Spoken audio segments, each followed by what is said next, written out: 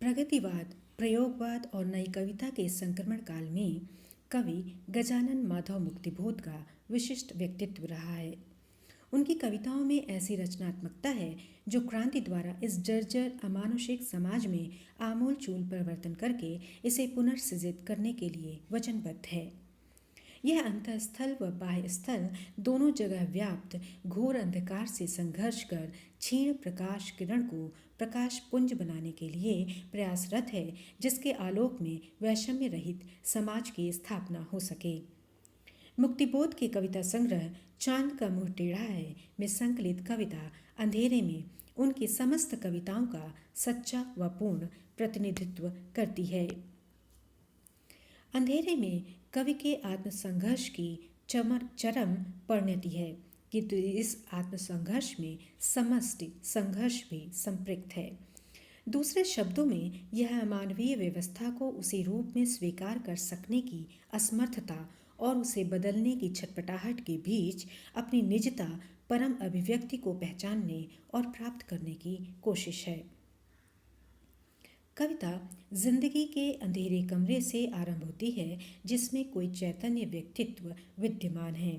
उसका अस्तित्व बोध तो होता है, किंतु वह दिखाई नहीं देता। अस्तित्व जगाता अनिवार्य कोई एक, और मेरे हृदय की धक धक पूछती है वह कौन, सुनाई जो देता पर नहीं देता दिखाई। वह काव्य नायक के सामने कई बार प्रस्तुत होता है।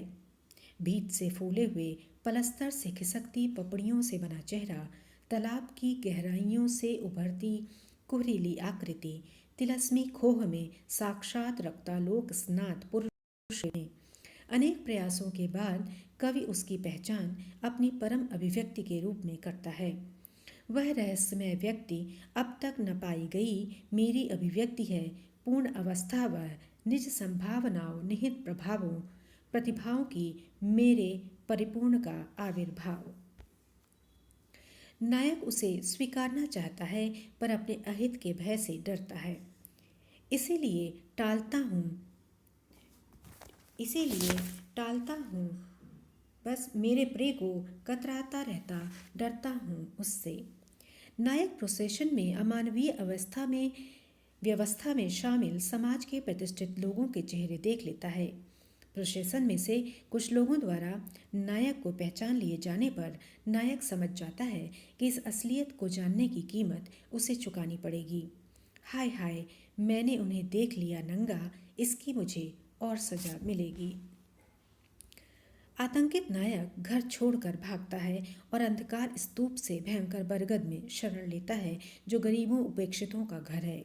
वहाँ एक पागल के आत्म आलोचनात्मक गान को सुनकर वह बेचैन हो जाता है जो एक ओर शोषकों के सहयोगियों पर प्रहार करता है। उदरंभरी बन अनात्म बन गए, भूतों की शादी में कनात से तन गए, किसी व्यभिचारी के बन गए बिस्तर। वह शोषितों पर भी आरोप लगाता है।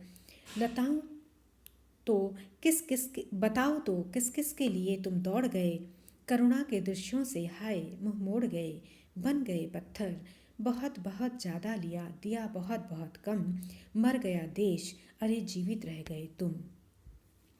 बाह्य और भीतरी दुनिया का द्वंद्व उसे परेशान करता है।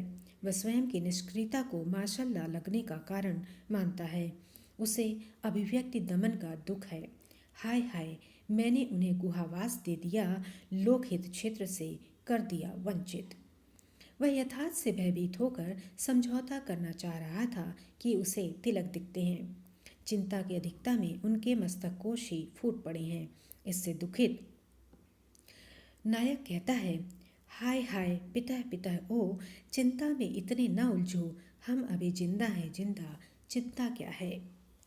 उसे संघर्ष की प्रेरणा मिलती है। तभी उसे सर्दी में कांपते हुए गांधी जी मिलते हैं जिनकी बाह में बच्चा है जो उत्तरदायित्व का प्रतीक है। बच्चा नायक को सौंपते हैं, मेरे पास सोया हुआ यह था, संभालना, इसको सुरक्षित रखना। यह शिशु के रूप में दायित्व जिसका स्पर्श प्यार भरा कोमल है किंतु भार अत्यधिक है, भी सूरजमुखी फूल गुच्छों में बदल जाता है, दायित्व व्यापक हो जाता है। भविष्य संभाले नायक आगे बढ़ता है। उसका एक कलाकार मित्र आतताई सत्ता का विरोध करते हुए मारा जाता है, जो आदर्शवादी तो था किंतु व्यावहारिक नहीं। नायक अब संगठन की महत्ता को समझता है, तभी आतताइयों द्वारा वह घेर लिया जाता है जो उसके विचारों को मारना चाहते हैं। छिपे हुए प्रिंटिंग प्रेस को खोजो, जहाँ के चुपचाप ख्यालों के पर्चे छपते रहते हैं मारे जाते। इस दमन चक्र के विनाश के लिए गंभीर आवेश और अथाह प्रेरणा के साथ अभिव्यक्ति के समुचित साधनों की आवश्यकता है। अरे इन रंगीन पत्थर फूलों से मेरा काम नहीं चलेगा। इसके बाद यह तनाव संकल्प का रूप ले लेता है। वह समझ जाता है कि केवल शब्दों से काम नहीं चलेगा, कर्म जरूरी है। अब अभिव्यक्ति के सारे खतरे उठाने ही होंगे। वस्तुतः अभिव्यक्ति की खोज और उपलब्धि का अंतराल दुर्लभ है, किंतु इस अंतराल की समाप्ति ही काव्य नायक के तमाम संघर्षों का हेतु है। इस प्रकार वास्तविक जीवन की क्रिया प्रतिक्रियाएं, घात प्रतिघात और तीव्र द्वंद्व ही अंधेरे में का मूल तथ्य है। कवि शमशेर बहादुर के अनुसार ये कविता देश के आधुनिक जन इतिहास का स्वतंत्रता पूर्व और पश्चात का एक दहकता इस्पाती दस्तावेज है। यह एक स्तर बहुल संभावनापूर्ण कविता है, जिसने नव अर्थ संभावनाओं के द्वार हमेशा खुले रखे हैं। उसे नई कविता की महती उपलब्धि कहे जाए तो अतिशयोक्ति न होगी।